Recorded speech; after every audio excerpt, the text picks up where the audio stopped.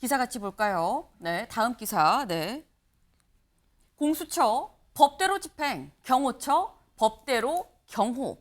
충돌 우려입니다. 공수처도 경호처도 둘 다 법을 지금 얘기를 하고 있어요. 법대로 하겠다. 그런데 충돌 우려가 나오고 있다라는 거죠. 오늘 오전 오동훈 공수처장 출근길에 이렇게 얘기했습니다. 직접 들어보고 오시죠. 체포영장, 그다음에 수색영장에 대해서 원칙에 따라서 권한을 행사할 예정입니다. 공조수사본부 차원에서 협의를 하고 있고 지금 기한 내에 저희들 집행할 것입니다. 너무 지나친 환호와 또 너무 지나친 반대가 있지 않기를 바랍니다. 다만 또 그런 사태에 대비해서 경찰과 경찰 인력을 동원하기 위해서 협조를 받고 있습니다. 경호처가 집행을 방해하면 특수공무 집행 방해로 입건할 수 있다 이런 경고 공문도 보낸다고 하셨는데 보냈나요? 예, 이미 그 공문을 보냈습니다. 직권남용 권리행사 방해죄, 특수공무집행 방해죄로 의율할 수 있음을 엄히 경고하였습니다. 네, 오동훈 공수처장이 분명하게 얘기를 합니다. 뭐라고 얘기하느냐. 원칙에 따라 기한 내에 집행하겠다. 기한이 6일까지죠. 6일 전에 원칙대로 집행을 하겠다라는 겁니다. 그렇다고 한다면 이거 결국 충돌하는 거 아니야라는 우려가 들거든요. 원 변호사님. 기본적으로 군사 비밀이 필요한 시설은 네. 관리 책임자의 승낙이 필요합니다. 그래서 용산에 대한 그 체포영장을 집행하려면 경호처장의 승낙이 필요합니다. 경호처장의 승낙이 없이 집행을 할 수는 당연히 없고요. 근데 이게 그러면 이번 그 윤석열 정부에서 이런 주장이 있는 거냐? 그게 아니고 문재인 정부에서도 환경부 블랙리스트, 산자부 블랙리스트 했을 때 네. 청와대에 대한 압수수색 영장이 발부가 됐었습니다. 그때도. 그런데도 집행이 안 됐어요. 집행이 네. 안 된 이유가 마찬가지 이유로 집행이 안 됐습니다. 집행이 안 되고 뭐 다른 방식으로 이렇게 진행을 했는데 이거는 뭐 여야의 문제가 아니고 뭐 민주당이냐 국민의힘이냐의 문제가 아니에요. 그거는 네. 문재인 정부 때도 똑같은 상황에서 똑같이 이 해당 규정에 따라 가지고 집행이 안 됐던 겁니다. 그리고 한 가지 더는 아까도 말씀드렸지만 위법한 수사권, 그러니까 위법한 체포영장이 수사권이 없는 지금 이게 영장이 발부됐다고 해서 뭐 이 위법이 사라지지 않고 합법화되지 않습니다. 그리고 위법한 공무에 따라서는 특수공무집행 방해죄나 공무집행 방해죄가 성립하지 않는다는 것이 판례의 일관된 태도입니다. 그래서 지금 그 공수처장이 하는 이야기는 적법한 그 수사권에 의한 체포영장 발부를 전제로 한 거고 네. 위법한 체포영장이라고 하면 해당 사항이 없습니다. 지금 원 변호사님이 말씀을 하시는 게 이게 비밀을 요하는 장소는 책임자 승낙이 있어야 된다라는 걸 지금 얘기를 하는 게 이게 어디 나왔느냐. 형사소송법 110조에 나와 있습니다. 이걸 지금 말씀을 하시는 거예요. 이걸 좀 같이 볼까요? 형사소송법 110조 1항입니다. 군사상 비밀을 필요로 하는 장소는 책임자의 승낙 없이는 압수 또는 수색할 수 없다라는 부분을 지금 원 변호사님이 말씀을 하신 건데 근데 아까 오동훈 공수처장이 명확하게 이런 죄에 해당할 수 있습니다라고 공문을 보냈어요 라고 얘기를 하죠. 뭐냐? 네, 특수공무집행방해, 직권남용, 권리행사, 방해죄. 이걸 공수처는 얘기를 하고 있습니다. 그럼 이승훈 변호사님, 양쪽 다 법이거든요. 그렇다고 한다면 어떤 법이 더 상위의 법이냐, 더 맞는 법이냐라는 거예요. 이제 법보다 더 중요한 건 네. 의지잖아요. 체포영장을 집행할 의지. 네. 근데 공수처가 별로 의지가 없는 것 같아 보여요. 그런 측면에서 조금 영장이 집행되기가 쉽진 않겠다라고 생각되고요. 네. 체포영장을 경호처가 거부할 권한은 없습니다. 법적 권한은. 네. 그러니까 대통령을 체포하러 가면 공수처가 가면 체포하게 놔둬야 돼요. 그런데 경호처는 수색을 거부할 수는 있죠. 네. 그런데 공수처는 체포영장과 수색영장을 같이 받았어요. 네. 그러면 대통령실에 이제 대통령 관저에 들어가죠. 그러면 대통령 관저를 통해서 가야 되는데 이건 수색하는 겁니다. 수색은 경호처가 거부할 수 있습니다. 체포만 하십시오. 라고 하면 집에 문 앞에까지 가야지 체포할 수 있는 거잖아요. 근데 그 집 문 앞에까지 못 가게 만드는 거예요. 수색을 거부하는 거. 네. 경호처가. 네. 그렇기 때문에 경호처는 법에 따라서 하겠다라고 했기 때문에 아마도 수색은 거부합니다. 체포만 하십시오. 라고 나올 거고요. 그래서 대통령이 있는 집 문 앞에까지 못 가기 때문에 이 체포영장 실패할 가능성이 아주 높고, 그리고 또한 경호 기동대까지 한다라고 하니까 경찰이 많이 가면 네. 경호처가 아무래도 압박을 받겠죠. 그러니까 여기에 대해서 대통령 지지자들까지 동원해서 대통령실에 들어가는 입구를 막아버리는 거예요. 그래서 이러한 두 가지 방법, 경호처를 통해서 수색을 못하게 하고 대통령 지지자들을 동원해서 경찰 기동대가 진입하는 것을 막는 거죠. 그렇게 해서 이 집행을 막겠다는 것이고, 만약에 그렇게 될 경우에는 공수처장은 아니 수색을 못하겠다는데 어떻게 합니까? 라고 하면 되는 거잖아요. 그래서 저는 이번 영장을 집행할 만한 공수처의 의지가 부족한 것 같아서 이번에는 실패할 가능성이 아주 높아 보인다라고 말씀드립니다. 지금 공수처가 집행할 의지가 부족한 것 같다. 지금 법의 문제가 아니다. 법 문제를 떠나서 공수처의 의지가 별로 없는 것 같다라고 말씀하셨는데, 근데 조금 전 저희가 오늘 출근하는 오동 공수처장한테 직접 뭐라고 들었냐면, 지금 경찰 인력도 요청을 해놨다. 경찰 인력도 좀 동원을 하겠다. 다시 말해서 기동대를 지금 요청을 해놨다라는 얘기를 오동 공수처장님이 얘기를 했거든요. 그렇다고 하면 이 변호사님, 이건 물리적인 충돌이 있어도 우리 기동대까지 같이 해서 뚫고 들어가겠다는 의지인 건 아닙니까? 그냥 그런 의지를 보여주는 척한다 이런 느낌을 저는 지울 수가 없어요. 기동대를 동원하는 걸 굳이 네. 언론에 발표할 필요가 있습니까?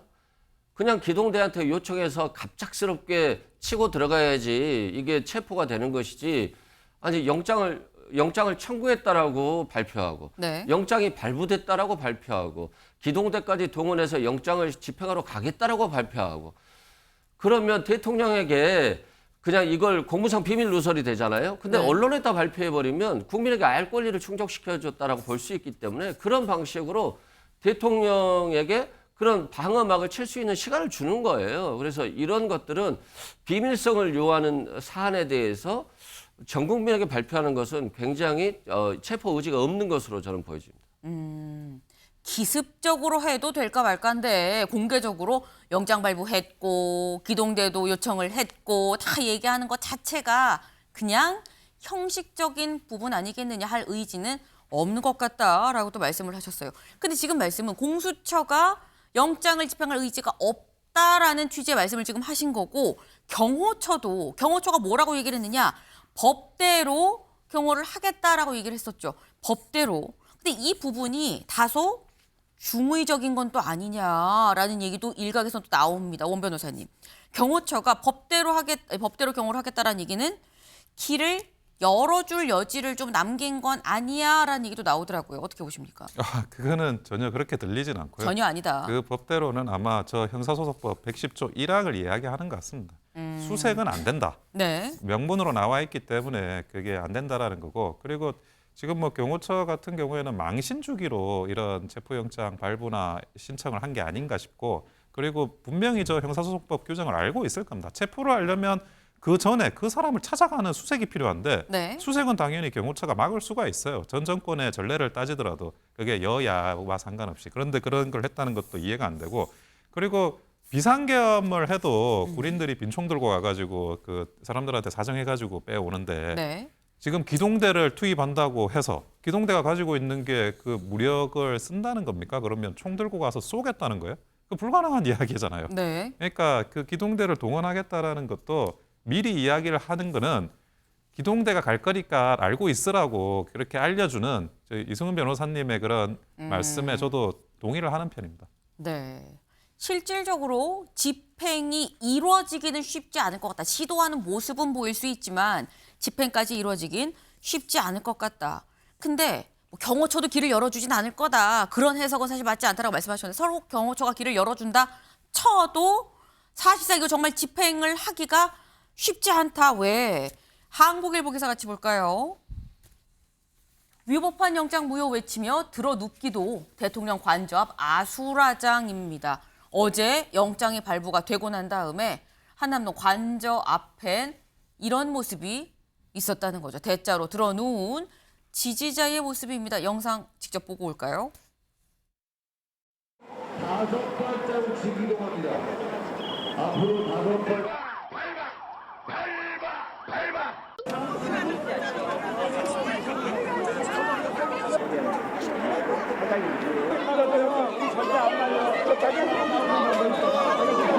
저 집회 장소 들어가세요. 프레임은 전부 실증이 되고 있습니다.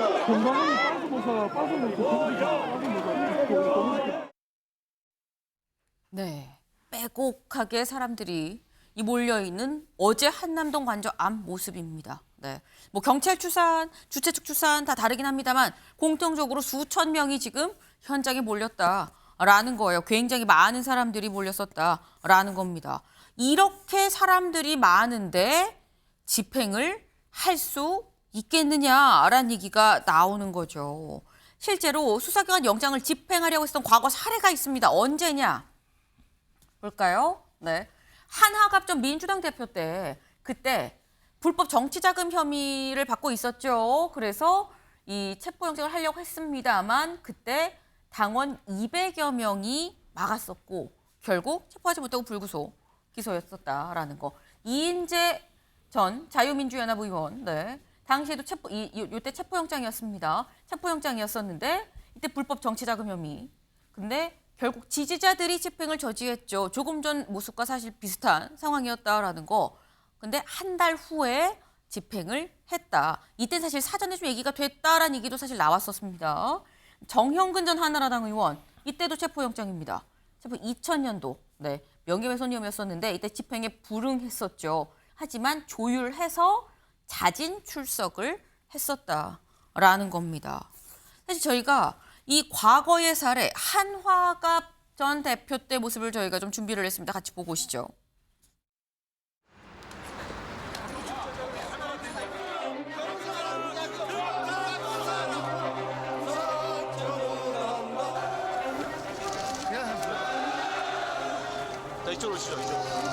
민주당 주기기를 위한 형평을 잃은 표적수사이기 때문에 저희들은 응할 수 없다고 당론으로 정했습니다.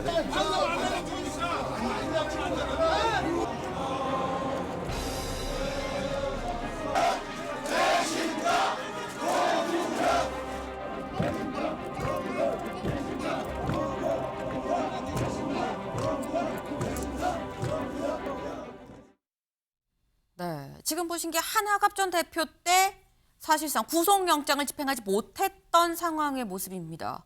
그럼 저희가 지금 3개의 사례를 말씀을 드렸죠. 한화갑 전 대표 때는 결국 구속이 안 돼서 불구속으로 기소를 했습니다. 그리고 이인재 의원의 경우에는 한 달 후에, 추후에, 나중에 집행을 했고요. 정형근 전 의원은 조율해서 자진 출석을 했다. 저희 과거 3개 사례를 말씀드렸는데 다 결론이 다르게 났어요. 그럼 이번엔 원 변호사님 어떻게 될 것이냐라는 거죠. 근데 저 케이스하고는 조금 다른데 이번에는 위법한 체포영장이니까 저 케이스하고는 좀 같은 선상에서 비교할 수는 없을 것 같아요. 하지만 지지자들이 많이 계신데 또 일설에 의하면 한 3,000명 정도 계시다는 이야기도 있고 근데 그 집행을 해보면 저도 뭐 변호사로서 집행을 실무적으로 해보면 저항하시는 분들이 계시면 최소 3배수 이상의 인원이 동원이 돼야 됩니다. 예를 들어 뭐 3,000명이 거기서 맡고 계시다 그러면 9,000명 이상의 인원이 동원이 돼야 집행하는 돼요. 쪽에서 9,000명은 돼야 된다. 예. 그래서 실제로는 어려울 것 같고 그리고 저 과정에서 만약에 유혈 사태라도 난다고 하면 그 책임은 서부지원하고 공수처가 책임져야 되는 부분이에요. 심지어 대통령조차도 비상계엄할 때 사람들 안 다치게 조심하라고 특별히 당부를 했다 그러는데 오히려 그 서부지원과 공수처가 사람들이 다칠 수도 있는 민간인들이 그런 집행을 뭐 그 감행을 한다 이런다고 하면 그거야말로 뭐 본인들이 분명히 책임져야 될 요소라고 생각합니다. 네. 지금 말씀을 들어보면 일단 쉽지 않을 거다. 집행이 최종 성공을 하기까지 다시 말해서 체포가 실제 되는 건 사실상 쉽지 않다. 그 과정에 너무 이 안전적인 문제도 있지 않겠냐. 그래서 여기에 대해서는 두 분 좀 공통적으로 좀 말씀을 하시는 부분이에요. 공수처가 이 실제 체포까지 이루어지기는 쉽지 않아 보인다라는 건 공통적으로 말씀을 하시는 건데 그래서 집행 시기가 요때가 되지 않겠느냐라는 얘기가 나옵니다. 동아일보 같이 볼까요? 윤 체포영장 6일까지 유효, 경호 고려해 휴일 집행 가능성. 휴일날, 그러니까 지금 이번에 받은 영장이 6일까지죠. 6일까지 중에서 그 중에서 휴일 언제냐 여기 보겠습니다. 법조계는 현직 대통령 경호 문제 등을 고려해 평일보단 휴일인 1일, 오늘입니다. 1일, 4일, 5일, 오늘 토요일, 일요일 중에 집행될 가능성이 크다고 보고 있다라는 거예요. 이 변호사님 동의하십니까? 휴일 집행 가능성? 뭐 휴일 집행 가능성이 높다고 보여지는데요. 네. 뭐 휴일에도 어차피 지지자들은 나갈 거예요. 그러니까 뭐 휴일이냐는 큰 의미는 없는 것 같고요. 대통령이 이렇게 수사를 기피하는 모습들, 거부하는 모습들 때문에 결국에는 헌법재판소의 탄핵 시기는 굉장히 빨라질 것이다. 오히려 저런 모습들이 대통령이 헌법 수호 의지도 없고 법을 지킬 생각도 없구나. 그래서 빨리 탄핵시켜야 되겠다라고 해서 탄핵 시기는 굉장히 빨라질 것 같고 결국에는 구속영장, 사전 구속영장 청구로 갈 수밖에 없을 것 같은데 체포영장보다는 사전 구속영장의 무게감이 더 있기 때문에 네. 그때는 집행될 가능성이 높아 보인다.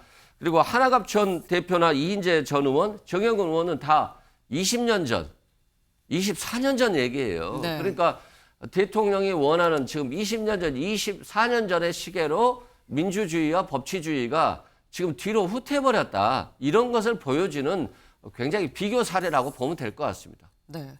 지금 말씀은 체포영장이 사실상 체포까지 이어질 수 있기는 쉽지 않아 보이고 사전 구속영장을 지금 말씀을 하셨어요. 사전 구속영장이 오히려 다음 수순으로 더 대체제로 얘기가 될 것 같다라고 말씀을 하셨는데 오늘 한국일보 8면에 이런 기사가 나왔습니다. 같이 볼까요?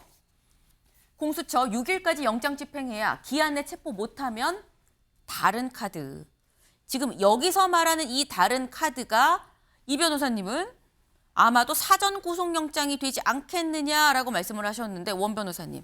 사실 체포영장에 뭐 불응을 한다거나 집행을 할 수 없는 상황이 이 여건이 된다고 한다면 사전 구속영장을 집행한 어떤 명분으로 쌓여질 가능성도 있는 거거든요. 어떻게 보십니까? 근데 그 구속영장하고 체포영장은 범죄 소명의 정도가 다릅니다. 체포영장은 48시간 내 구속영장을 청구를 해야 되거든요. 네. 그리고 구속영장은 20일 동안 사람을 가둬둘 수가 있어요. 네. 그리고 20일 내에는 보통 기소를 하죠. 그러면 어떻게 되냐면 굉장히 그 물밑 수사가 다 거의 완성되고 나서 그리고 구속영장을 청구를 해야 됩니다. 굉장히 소명이 많이 돼야 돼요. 왜냐하면 네. 20일 안에는 무조건 기소를 시켜야 되니까.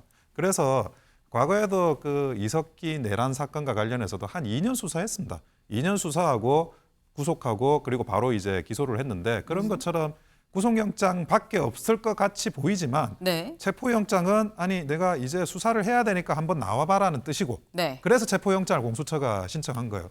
근데 수사는 아무것도 안 됐어. 네. 그런 상황에서 구속영장으로 바로 넘어간다? 그거는 그 지금 수사의 정도를 봐서는 오히려 굉장히 어려운 일이라고 보여집니다. 요 짧게 요것만 여쭤볼게요, 이 변호사님. 만약에 여기서 구속영장으로 넘어간다 그러면 오히려 더 어려운 상황에 공수처가 취할 수도 있다. 너무 퀀텀 점프 아니냐라는 말씀하셨거든요. 뭐 걱정 안 하셔도 될 것 같아요. 공수처는 수사를 좀 못하는 경향이 있고 미뤄주는 경향이 있습니다만 검찰이 지금 수사를 굉장히 열심히 하고 있어요. 그래서 가장 이제 중요 임무 종사자 거의 뭐 수개급에 가까운 사람들 김용현 전 국방부 장관 기소됐죠. 네. 그리고 수사 다 받았죠. 특전사령관, 수방사령관 기소됐습니다. 구속 기소됐어요. 이 수사 자료가 공수처로 넘길 거예요. 그리고 김용현 전 장관 수사 자료를 이미 넘긴 것으로 제가 알고 있고요. 유일하게 방첩사령관, 여인영 방첩사령관만 아직 구속 기소가 안 된 걸로 알고 있는데 여인영 방첩사령관도 거의 뭐 자백한 걸로 알고 있어요. 그 속된 말로는 다 불었습니다. 대통령에 대해서. 그래서 이런 얘기도 나오잖아요. 기사에서 여인영 방첩사령관이 대통령이 계엄을 하겠다고 하니까 무릎 꿇고 빌었다잖아요. 이거 안 됩니다라고. 그 얘기가 왜 나오겠어요? 결국에는 여인영 방첩사령관이 다 불었다는 것이고 대통령의 범죄 혐의는 이미 군인들하고 주로 다 했어요. 특전사령관, 수방사령관, 여인영 방첩사령관 그리고 국방부 장관, 김용현 장관. 이들이 다 했는데 이들이 다 구속됐는데 뭐 수사가 어렵겠어요? 별로 어렵지 않다. 걱정 안 하셔도 된다 말씀드립니다. 네. 지금 체포영장은 발부가 됐습니다. 이 발부된 영장 오늘도 공수처가 이 집행을 하려고 하면 충분히 할 수 있는 상황인데 집행을 시도할 것이냐, 시도해서 최종 체포로 이어질 수 있을 것이냐, 이게 안 되면 그 다음 카드까지 벌써 거론되고 있는데 그 다음 단계로 가는 것이냐, 찬찬히 좀 지켜볼 부분인 거겠죠. 다음 키워드로 넘어가 봅니다.